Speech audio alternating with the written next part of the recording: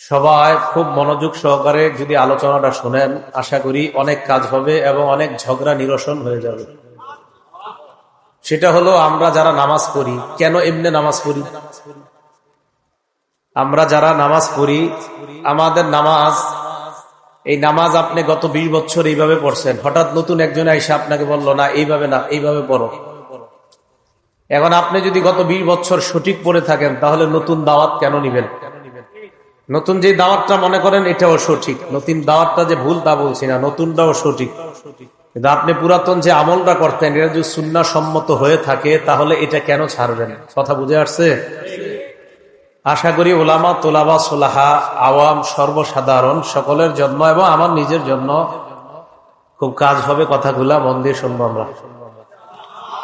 সূরা মাইদার 6 নম্বর আয়াতে আল্লাহ বলেন, ইয়া আইয়ুহাল্লাযীনা আমানু ইযা কুমতুম ইলাস সালাহ, হে ঈমানদারগণ, যখন তোমরা নামাজের ইচ্ছা করো, ফাগসিলু ওয়ুজুহাকুম ওয়া আইদিয়াকুম ইলাল মারাফিক, চেহারা ধৌত করো, 2 হাত কনুই পর্যন্ত ধৌত করো, ওয়ামসাহু বিরুউসিকুম, মাথা মাসাহ করো, ওয়া আরজুলাকুম ইলাল কাবাইন, পা টাকনু সহ ধৌত করো, ওয়া ইন কুনতুম জুনুবান ফাত্তাহহারু, আর যদি গোসল ফরজ হয় তাহলে গোসল, এই ফরজ গোসলটা করে ভালোভাবে পবিত্রতা অর্জন করো।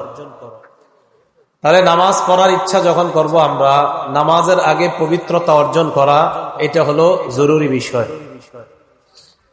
নামাজের আগে, 5 ওয়াক্ত নামাজের আগে আমাদের ওযু করতে হয়, আবার ফরজ গোসল হলে গোসল করতে হয়। তো এটা সবসময় প্রয়োজন হয় না, কি ওযুটা সবসময় প্রয়োজন হয়। তিরমিজি শরীফের 1 নম্বর হাদিসের বর্ণনা, ক্বালা রাসূলুল্লাহ সাল্লাল্লাহু আলাইহি ওয়াসাল্লাম, লা তুকবালু সালাতুন বিগাইরি তুহুর, রাসূল আকরাম সাল্লাল্লাহু আলাইহি ওয়াসাল্লাম ইরশাদ করেন, পবিত্রতা অর্জন ছাড়া নামাজ কবুল করা হয় না। তিরমিজি শরীফের 2 নম্বর হাদিস, ক্বালা রাসূলুল্লাহ সাল্লাল্লাহু আলাইহি ওয়াসাল্লাম, ইযা তাওয়াদ্দা আল আবদুল মুসলিম আওয়াল মুমিনু, রাসূল আকরাম সাল্লাল্লাহু আলাইহি ওয়াসাল্লাম বলেন, কোন মুসলমান অথবা ঈমানদার যখন ওযু করে, ফাগসালা ওয়াজহা, যখন ওযু করার সময় চেহারা ধৌত করে, খারাজা মিন ওয়াজহিহি কুল্লু খাতিআতিন নাযারা ইলাইহা বিআইনাইহি, এই 2 চোখ দিয়া যত গুনাহ করে, চেহারার এই পানিগুলা যখন